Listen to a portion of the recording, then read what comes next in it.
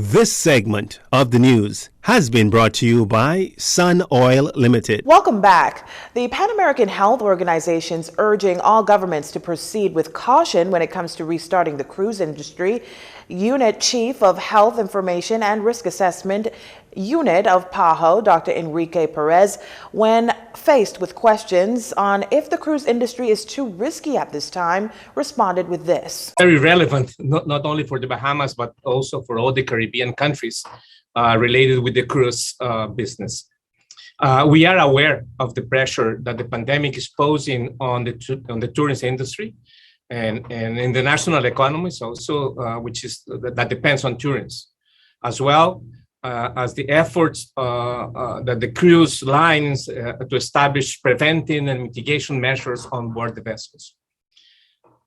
Nevertheless, it's important to consider that the major, let's say, COVID-19 transmission events that occur on board cruise ships worldwide at the beginning of the pandemic, as well as their replication on smaller scales during the summer of 2020 and some events also in 2021. Dr. Perez also reminds that there are still challenges in many countries when it comes to accessing vaccines. PAHO officials have warned that only 1 in 4 people in the population of Latin America and the Caribbean have yet to be fully vaccinated against COVID-19. All the attempts to reopen the ports to cruise ships, it is imperative to act with extreme caution.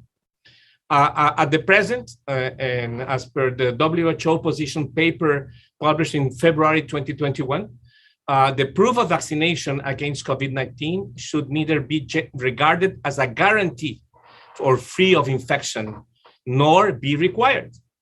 Also, with WHO, we are in the process of updating the document that was published in December 2020, and the name of the document is Considerations for Implementing a Risk-Based Approach to International Travel in the Context of COVID-19. As of September 3rd, according to Emergency Powers COVID-19 Management and Recovery Number 2 Amendment Number 8 Order 2021, anyone over the age of 12 must be fully vaccinated in order to visit any part of the Bahamas by cruise ship.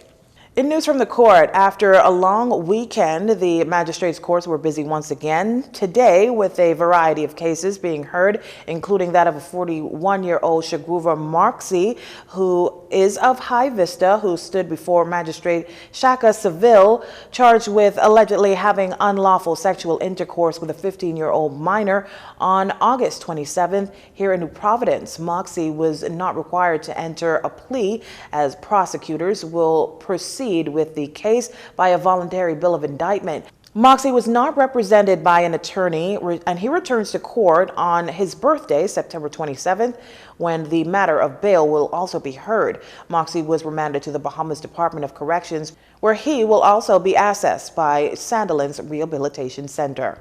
Meanwhile, 21-year-old Eric Forbes of Amos Ferguson Street had 2 matters to which to answer.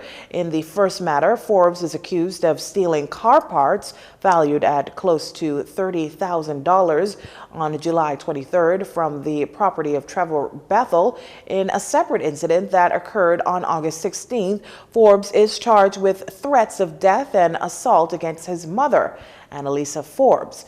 Forbes pleaded guilty to each of the 3 charges, but with an explanation. After hearing his explanation on all 3 charges, the court decided that his guilty plea was not definitive and so entered a not guilty plea on his behalf. Forbes was not represented by an attorney in the matter of stealing. Forbes was given bail in the amount of $5,000 with 1 or 2 suretors. As for the threats of death and assault, he was granted bail in the amount of $1,000 with 1 or 2 suretors. He returns to court on December 7th for both matters.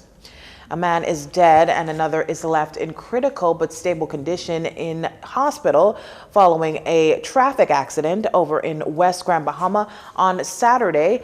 Police say that That accident occurred shortly after 5 p.m. At that time, police control room received a report of a traffic accident on Queens Highway, Deadman's Reef. Initial investigations revealed that a red 2010 Honda Fit driven by an adult male and accompanied by a front seat male passenger was traveling west on Queens Highway, Deadman's Reef, when the driver lost control of the vehicle, ran off the southern side of the street into bushes and overturned. The front seat passenger was ejected from the vehicle as a result of the impact. Both driver and passenger were also attacked by a swarm of bees.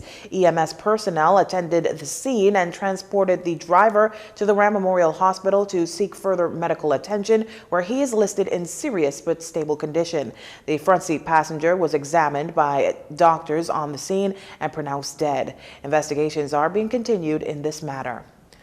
And during his speech at the F&M Rolling Red rally at the Queen Elizabeth Sports Center last Wednesday, Prime Minister Dr. Hubert Minnis spoke to the constituents of Killarney and explained that he has been traveling around the country and apologized for not being able to work on the ground in his constituency as much as he would like to. The Prime Minister commended his wife and First Lady, Mrs. Minnis, for leading the ground campaign in his absence. Argerino Saunders had the opportunity to speak with the First Lady about the campaign in Killarney. While driving in the Killarney constituency on Thursday afternoon, the Love 97 JCN team happened to see the First Lady, Mrs. Patricia Minnis, on the ground in Gambia Village speaking to residents. After the Prime Minister the night before mentioned that she was spearheading his campaign, we asked her for an interview and she accepted our request.